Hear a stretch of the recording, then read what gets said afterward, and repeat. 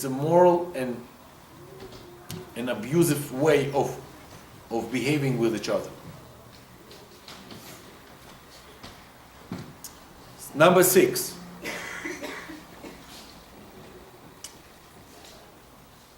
What's called deeper emotional feelings, deeper emotional connection. When we go out at first, we glance at how people look. That's how you pulled into shidduch, right? How girls look. Once there's a student who came to Chazon Ish, and he said he has a problem. He's going out already 6 times with a girl. In a religious crowd, it's not acceptable so much.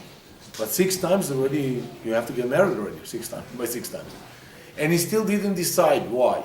So Chazon Ish asked him, what bothers you? He said, I don't find anything in her look.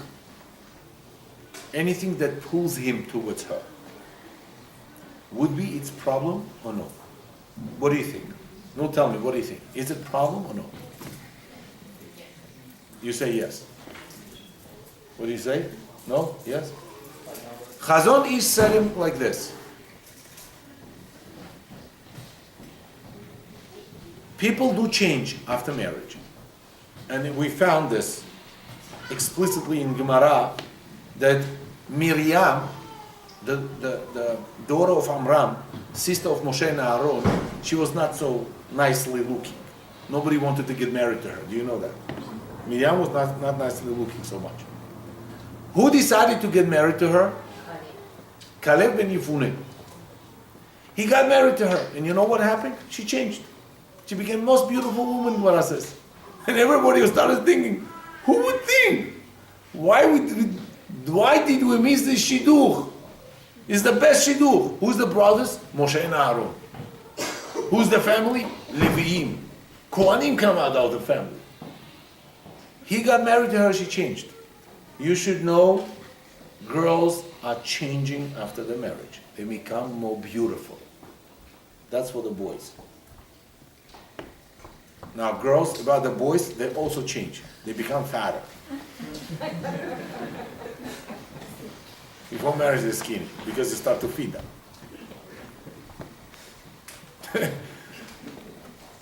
Okay, now, if you're still skinny, it doesn't mean she doesn't feed you. It means your metabolism is different. You understand? Okay. They do change. So he answered this way, Chazon Ish. He told him, does she push you away with her look or not? He said, no. He said, you should consider this shidduch. If everything is good, that's only issue that she doesn't pull. The pull will be created within the life. Will be. That's he answered to Ben Torah. I don't know with other crowd how it works. Sometimes not religious people, if they're not pulled, they're going to be pushed away. So he said, you will create the pull within the life first months, because you get together spiritually, physically, and B'ezrat Hashem, it develops. You will develop the pull. You will find a chen in her. You will find something beautiful in her. If she doesn't push you away, it's not bad shidduch. It's not bad. If it pushes you away, don't continue. Don't force yourself. Only if you're such a tzaddik, when you don't care about how she looks, as long as she's bat Torah, she follows the law of Hashem, she wants you to be Talmid Chacham, and etc., to elevate yourself spiritually, fine. You're fine with that. For you, it's beautiful.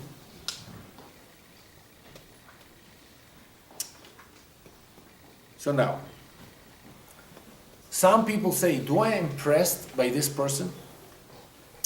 You cannot be impressed by person, Rabotai. You could be impressed by qualities of the person. Person is not Mercedes that you should be impressed by him. Oh, such a car, he's a good. No, you don't get impressed by outside look. Person has to get impressed by inner qualities of the person. Creativity, loyalty, determination, how this person is trustful person. That's how it is. Now, emotional stable. This one of the biggest problems within community, emotional stability. How to be stable, how to check if you're stable emotionally or not. Do you know how to? No? Tell me. Do you know how to check yourself? Very easy. Let's say you're coming home, man, for your question, and home is total disaster. Your kids decided they're going to take scissors and cut a new curtain into pieces. And your wife with the baby sleeping there, she was feeding the baby and she slept, and other kids, they took curtain and made nice trim on it. If you come and right away you react, regular react, it would be like taking out the gun in Arizona, right? Meaning anger, okay? It says, Kas bechek ksilim yanuach. The kas, the anger, is on the arm of the stupid people. Like a gun is here, always ready, like right away. That's how the kas is ready for him. He's not so smart. He's right away uses his weapon. Why did you do this? Who let you to do this? And he wakes his wife. Well, you cannot see the way I spent so much money for. It's called emotionally not stable person. Why? Because you let your anger take over you. So now, how to become emotionally stable? Let's say it's not the first time the kids do it. Huh? What do you do then? You blow up like a volcano. Lava is spilling all over, burning everything around. One thing, Tzaddik B'Emunato Yechia, it says, there is a emunah pshuta, that if it happened already, it means Hashem wanted such a way. What could you do? You can't do anything. Will your anger now help the issue? No. The only thing it will do, destroy more than this. They destroyed a material which could you exchange. Now you will destroy your emotions and your relationship with your wife because of this. This is very hard to return. The curtain you could change, another couple of dollars and you change it. But relationship, it's very hard to change. It's very hard.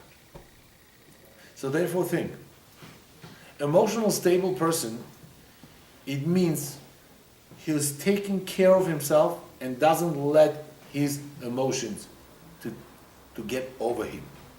A woman, you especially have to be careful with that. When your husband ate the food and he didn't say thank you, it doesn't mean he didn't like the food.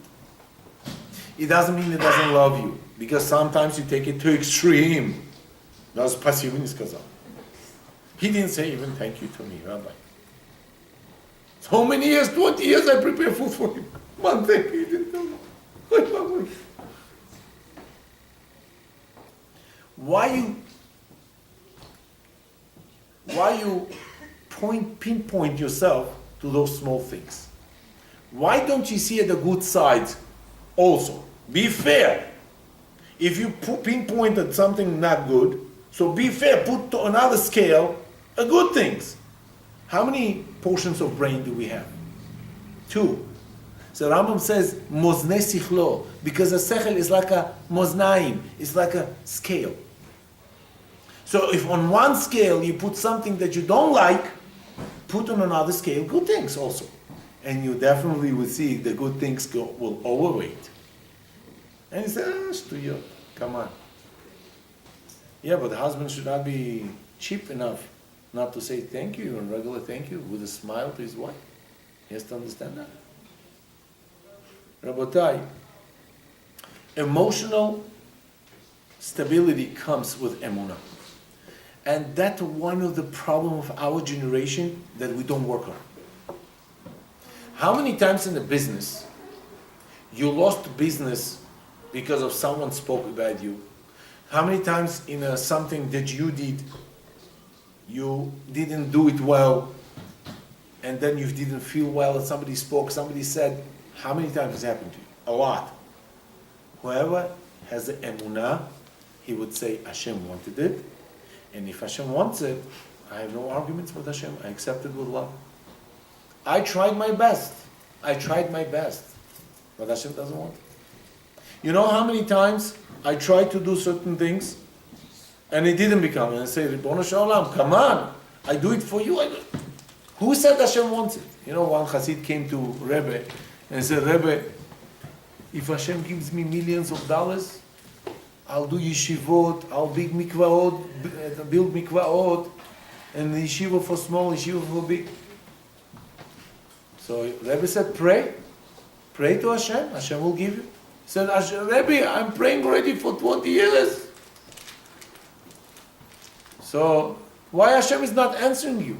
Rabbi said, really? You're praying for this for 20 years? Hashem did answer you. He said, what's the answer? He said, no. That's the answer. You say what? I want millions. Hashem give me, I'll do it. Hashem said, I don't want you to do this. Why? We don't know. Hashem knows better what's good for you. And then Hashem knows better what's good for you. A particular soul, you. What could be good for others, not good for you. So therefore Hashem doesn't give you. How many times we look at others and say, why he has and I don't? How many times? That's a problem with emunah. You have a problems with emunah. Emunah, trust to Hashem. Trust and believe and to rely on Hashem. That's a very important thing. Hashem wants it this way. You try your best. That's it. You cannot do more than that. You're not owner of this world. He's the owner of this world. And you have to understand it very well. So that's what emotional stability is. If you come home and your kids, you just cleaned, and your kids turned upside down entire house. They made it like a Bereshit bara Elokim et hashamayim ve'et haaretz. Chaos. What do you say? You smile to your kids. You say, Baruch Hashem.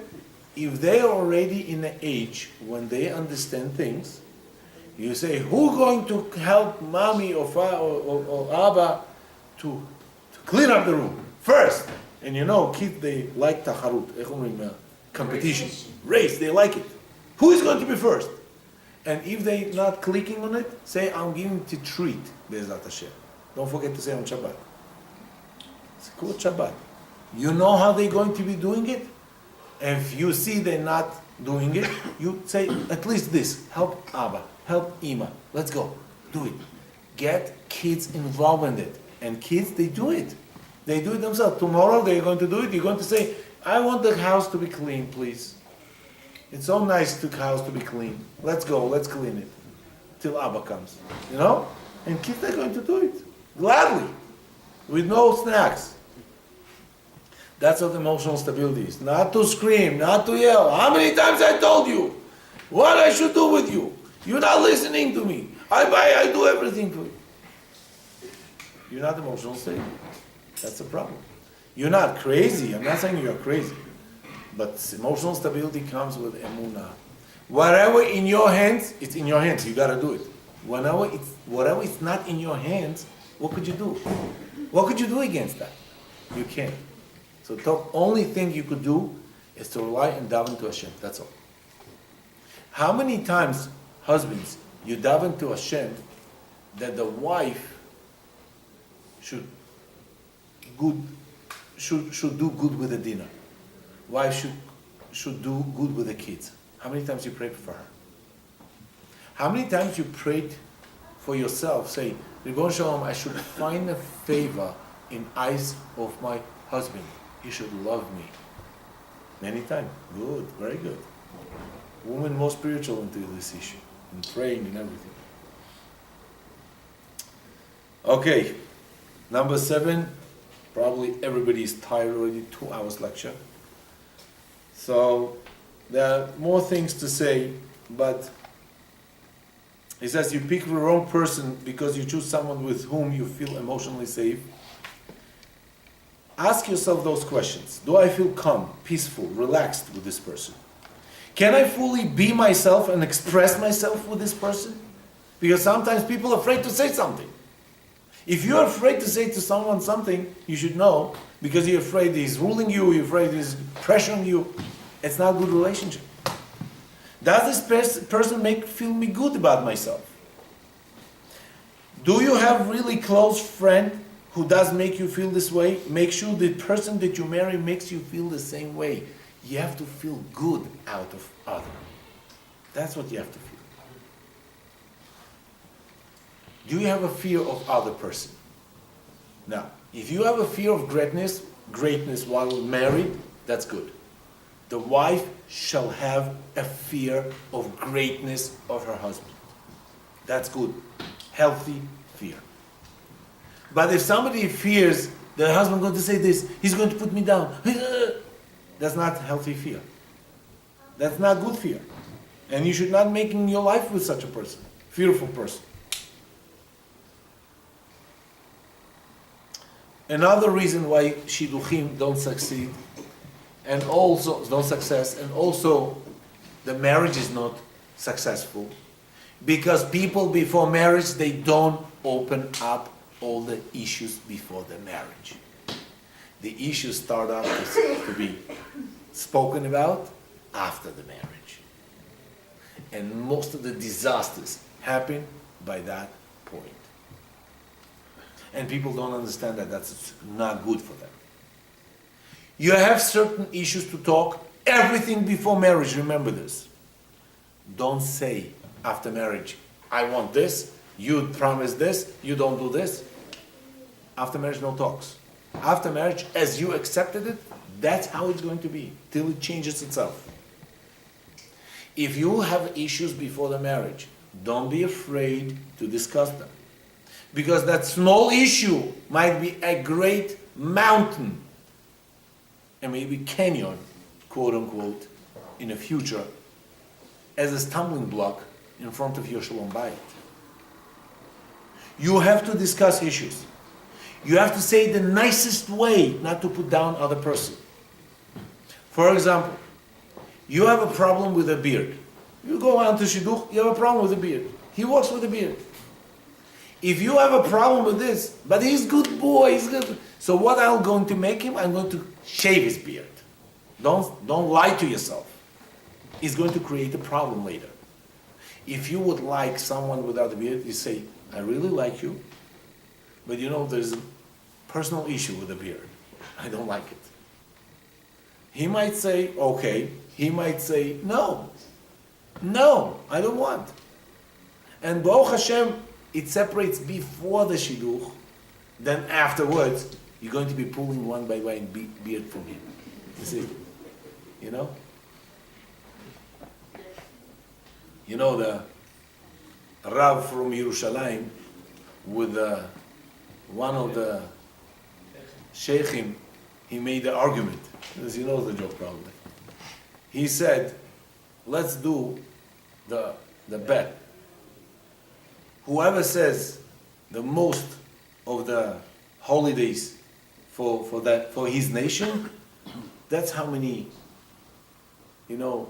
beards, the strings of the beards you're going to pull out. So Rabbi said, you start first. So Arab came, he says, Ramadan, this, Kabbalah, that's it. So came Rabbi, he said, okay, you want me to start? He says, okay. Shabbat Kodesh came in, Shabbat Kodesh came out. Then Sukkot, Chol HaMoed Aleph, Chol HaMoed Bet, Chol HaMoed Gimel, Shavuot, Chanukah, Purim, and it says, Shavuot, Rabbi Akiva and 24,000 students, and pull the beard totally, Rabotai. So that's what you're going to do with your husband in the end? No. From the beginning you talk out.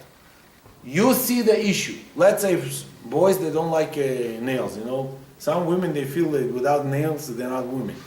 I don't know why, but that's how it works. Somebody even called me once, mother calls me up and said, Kvod Harav, my daughter, she has to put nails. Can't you go to mikveh like this? I'm in charge of the mikveh in New York, so they call to ask questions. I said, she has to? Excuse me, where does it say she has to? I looked throughout the Shulchan Aruch, I didn't find this halakha. Where is she has to? Where it says she has to? But everybody put. I said, so what? Put it after mikveh. You have to do it before mikveh? That's against the halakha. She argued with me back and forth, some rabbi permit. I said, who permit? Tell me the name. I'll go to talk to this rabbi. And eventually we found out, and he said, no, I never permitted it. People live with lies in their life because they want to do their desire. They don't care about the Torah. They don't care about this holiness. And what happened? Boys don't like nails. So if a girl has a nails, discuss it before the marriage. Say to her, I don't like it. Say the truth. Don't put her down because of this. Say, I just don't like it. Our family doesn't do it. If she says, okay, listen, I'm ready to give up for you my nails. Ooh, such a big thing. She gives up. For shidduch, the nails. You know? I'm ready to give you. Chazaku baruch. Chazaku baruch. Some smart girls will say, no, I like my nails. Get out of here. I'll find the one who lives with the nails, right? After you read those PDFs, you will understand why not to have them. Be careful not to chop off your fingers. Okay? Another problem, Rabotai, you pick the wrong person because you use the relationship in order to escape the personal problems of unhappiness. You know many couples, what they do? They create shalom bayit in bedroom. Okay, should I repeat it? Detailed? Rabotai, some people, they use intimate relationship in order to do shalom bayit. That's wrong. Because they think the body will make shalom bayit for the emotions, and body will make shalom bayit with the inner feelings. No, that's not going to make it. Maybe it might support it, but create shalom bayit? Definitely not. So therefore, Rabotai, when you do have arguments, will happen arguments, don't be afraid of arguments. You have to know how to handle that. How to handle argument. Rule number 1, calmness, total calmness. Rule number 2, no raising voices, as I scream here. No. Have tone of respectful speech. Rule number 3, no accusations. You said like this, your mother said like this, your father that's like this, and all the generation till Moshe Rabbeinu she remembers. In the opposite way, the same way. No accusations. Speak only about yourself. Say what you don't like. Say what you like. And he's going to say the same, and you're going to say the same. That's how you deal with that. Most of the fights, they don't know how to handle them. And that's why they go out on themselves. And then on Shabbat, they find, okay, fine. We go to the room to do shalom bayit. And next week, the same thing that happens. How many people do this, Rabotai? Don't pick up your hands, please. How many people do this? And eventually it brings to destruction in the end. Yes, the shalom bayit in the bedroom could support to real shalom bayit, but not create it. Creation of shalom bayit, Rabotai, goes when you're on the same page with your spouse. If you're not on the same page, forget about this. You have to bring up yourself to the same page, people. That both of you have the same goals, same desires, we're going the same way. If you can't come to conclusion, rule number 5, which is really rule number 0. Before the first. Call someone professional to discuss this issue. Make yourself a Rav. You have a problem in the family, call the Rav. Kvod Rav, put on a speaker. Kvod Rav, I think this way. My dear wife or my dear husband thinks differently. What do you think what we should do? What we should do? By this you show your humility and humbleness. Because if Rav says, that's why directly from Hashem is directed for you to do. That's how you have to do it. Even you don't want it, but that's how you have to do it. Because Hashem wants you to do this. And the number 10,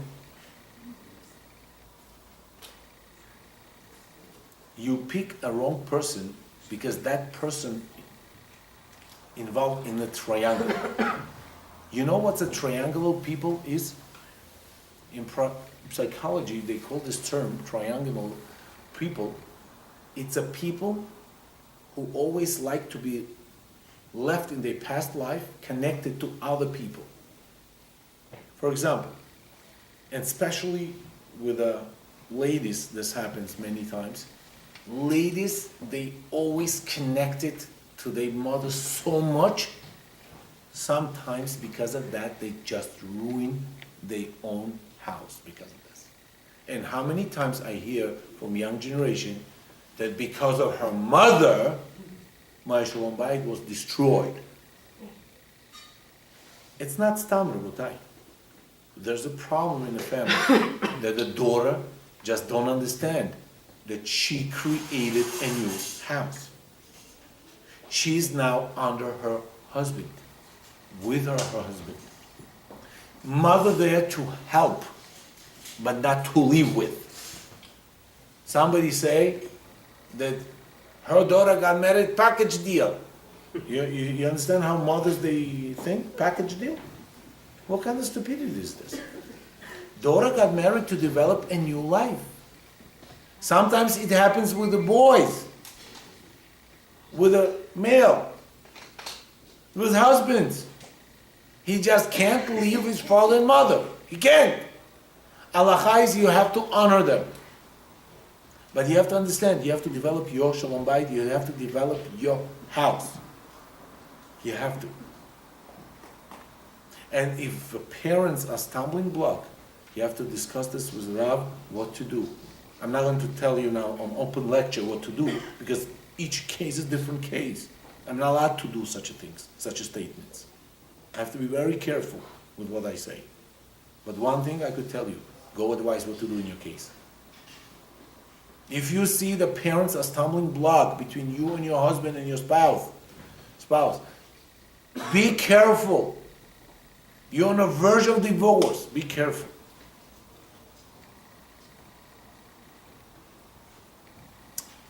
So we spoke so much about that, and I think you learned something new for yourself. Or maybe you knew those points. You just didn't use them. They were dusting on the shelves of your mind, in the back of your mind. And hopefully, I hope you're going to listen to this lecture a minimum 10 times in order to work on each point till you acquire this point to your neshama, to your soul, and that's how you're going to be Bezrat Hashem. If you have your insights to share, I'm very happy to discuss this. Call me up, because sometimes the cases that people speak about, I speak in the shurim without mentioning the names, and from your experience, what will happen, others will benefit from it. And sometimes it's embarrassing to hear your story out of the shiurim, because sometimes people call me, Rabbi, you told everybody about me? I said, when? In your shiur. I said, did I mention the name? She said, no, but it's me. I said, I'm allowed to mention, but without the names, so at least people could benefit. And it's good for you that Hashem said, because of your story, another house was saved. Because of your story. Very simple. Thank you very much. Now the questions, if somebody wants the questions. Woman is the first always, no? Ladies are first. What is the difference between Gan Eden and Ha'olam haba. Okay, Gan Eden, it's a place for neshamot to wait for Olam haba. Okay, whoever is going to be alive, Olam haba, it's greater than a Gan Eden place and time of being. Okay, and in order to get to Olam haba, people have to have Torah. And by the way, we didn't finish the story about Rabbi Akiva in a short. Rabbi Akiva in the end became a great sage who had over 24,000 students. And when she came, after 24 years, she left him to learn Torah. When she came, she was already, after 24 years, very, not old, but already in mid-age. He said to students, move away and stand up. 24,000 people stand up in front of one small lady. And he said the statement, Sheli v'shelachem shelahu. Anything that I have Torah, anything that you have Torah, it's hers. And do you know what I say today? Whatever we have Torah, it's everything hers. Why? Because entire Torah is from Rabbi Akiva. Who was the student? Who wrote the Mishnah? Rabbi Meir. Who was the whose student Rabbi Meir was? Rabbi. Who wrote the Mishnah? Rabbi Yehuda. Rabbi Yehuda was the student of Rabbi Meir. Rabbi Meir was student of Rabbi Akiva. So what do you understand? Rachel made the right decision. That we have entire Torah from him. And imagine Gan Eden for her. Imagine the Olam Haba that she has. Imagine. So that's a self-sacrifice. She sacrificed herself, got married to the divorced person, young lady, and what came out of it? The only good. Only good came out of it. A small sacrifice but brings so much goodness to the world. Yes, you understood what's the difference? I cannot explain you what Rambam says. As a blind person from childhood, he doesn't understand the beauty of colors of this world, and a deaf person doesn't understand the pleasance of the music, right? And that's how we don't understand what's Olam Haba is. I always use it interchangeably, that's why I was wondering how's it different. Yeah, the difference, it's better than Gan Eden. It's much better than Gan Eden. Yes. Question? No questions. Thank you very much. Let us alone. Thank you for sitting so much and listening to me. Hashem Yavarech Atkhem. Please, make sure, if you listen to this lecture online, just copy the link, send it to your friends, make a chesed to all your emails, send it, the people should listen. We will post it on avdaniel.us and sharaemet.com. Thank you very much.